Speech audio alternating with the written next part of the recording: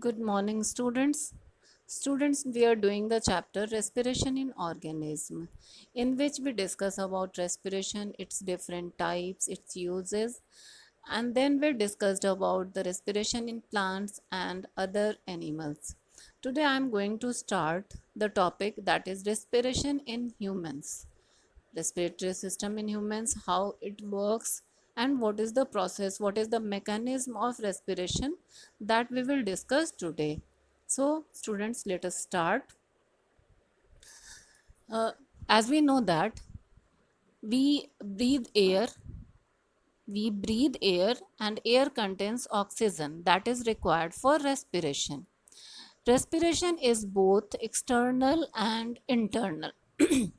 The taking in and giving out of air is called external respiration or breathing.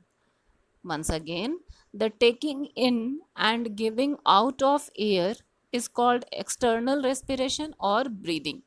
Breathing consists of inhalation, that means taking in oxygen, and exhalation, that means giving out carbon dioxide. It continues throughout the life of an individual. Taking in of air rich in oxygen is called inhalation. Giving out of air rich in carbon dioxide is called exhalation. Once again, students, try to understand it. Taking in of air, taking in of air which is rich in oxygen is called inhalation, and giving out, that means releasing of air which is rich in carbon dioxide is called exhalation. These processes take place with the help of the muscular diaphragm and the rib cage. All these processes, that means inhalation and exhalation, take place with the help of the diaphragm and the rib cage. Diaphragm is a muscular partition which separates the chest cavity from the lower abdominal cavity. This is the separating organ which separates the chest cavity and the abdominal cavity. The chest cavity is surrounded by the rib cage and the lungs are located inside the chest cavity. The number of times a person breathes per minute is termed as the breathing rate. That means in 1 minute, how many times a person breathes is known as the breathing rate of the person, of the organism. One breath is one inhalation plus one exhalation. One inhalation, one taking in air, and one giving out air is known as one breath. An adult normally breathes from 14 to 20 times per minute, but vigorous exercises can raise the rate to up to 80 breaths per minute. A child's rate of breathing at rest is faster than the rate of an adult at rest. A newborn baby has a rate of about 40 breaths per minute. In general, smaller animals have faster breathing rates than larger animals. For example, a rat, a rat breathes about 60 times per minute while a horse breathes only about 12 times per minute. That means the smaller animals have faster breathing rate than the larger animals. So this is all about the breathing, inhalation, exhalation and breathing rate. Now we will discuss about the mechanism of breathing. Now students, now I'm going to explain the mechanism of breathing in human being. As earlier it is discussed, the process of breathing can be divided into two phases: inspiration or inhalation and expiration or exhalation. In inspiration, air moves into the lungs, while in expiration, air is forced out of the lungs. The lungs themselves have no muscle tissues. Their movement is controlled by the rib cage and the diaphragm.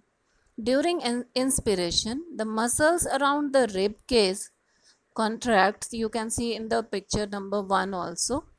During inspiration, the muscles around the rib cage contract, lifting the ribs upwards. In the first case, when inspiration takes place, the muscles around the rib cage contract and it helps in lifting the ribs upwards and outwards and lowering the dome of the diaphragm until it forms a nearly flat seat. As a result of these changes, the chest cavity expands due to lowering of diaphragm and expansion. The chest cavity expands, and because the lungs are attached to the chest cavity, they also expand. Because the lungs are attached to the chest cavity, and due to expansion in chest cavity, the lungs also expand. And due to this enlargement of the lungs, air pressure inside the lungs falls below the pressure of the air outside the body, and this creates a partial vacuum, and so the air from outside the body rushes into the lungs. And during expiration, the muscles that lift the rib cage and lower the diaphragm relax. As a result, the rib cage and the diaphragm return to their original positions and the lungs contract. With each such contraction, the air inside them gets forced out. And this is the mechanism of breathing, how air comes inside the lungs and how air moves outside the lungs. This is only by the activity of diaphragm and the rib cage the breathing takes place. Because lungs do not have muscle tissues in it, it cannot contract or expand itself. Due to the expansion and contraction of rib cage and diaphragm, the muscles around rib cage and the diaphragm, the lungs act like this and respiration takes place. Now there are some information, students. Why do we yawn? When we are sleepy or drowsy, the lungs do not take enough oxygen from the air. This causes an increase of carbon dioxide in our body. The brain senses this increase and send a message that cause us to take a deep long breath, which is known as a yawn. It brings in oxygen and decreases carbon dioxide content in the blood. Now, the next one is one more information is there. Smoking affects lungs. When one smokes cigarette, many chemicals enter one's body through the lungs. Burning of tobacco produces more than 4,000 chemicals. Nicotine, carbon monoxide, and tar are some of these substances. Smoking damages the lungs and airways to a great extent.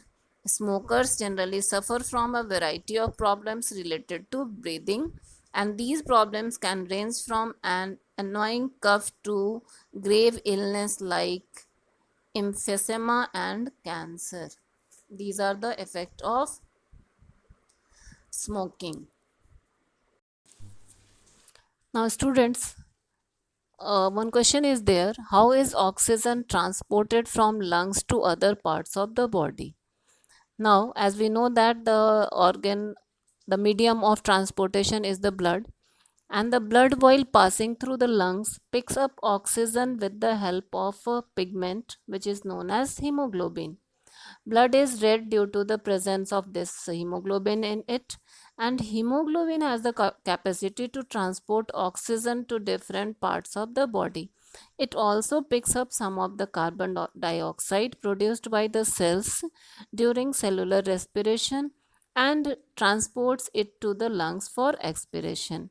Hemoglobin thus acts as a respiratory carrier in our body, and that's why it is known as respiratory carrier, because it transports oxygen and picks some of the carbon dioxide also and helps in expiration. So hemoglobin is the respiratory carrier in our body. One more thing is there, that is, why do we need to breathe out carbon dioxide? What is the requirement of breathing out carbon dioxide? Students, high level of carbon dioxide in the body can be toxic, and hence carbon dioxide needs to be removed. It is brought to the lungs by blood and then removed when we exhale. During the process of exhalation, the carbon dioxide is exhaled out removed out from our body. Now, students, we have completed the chapter, all the topics. We will discuss the exercises in next session. Thank you. Have a nice day.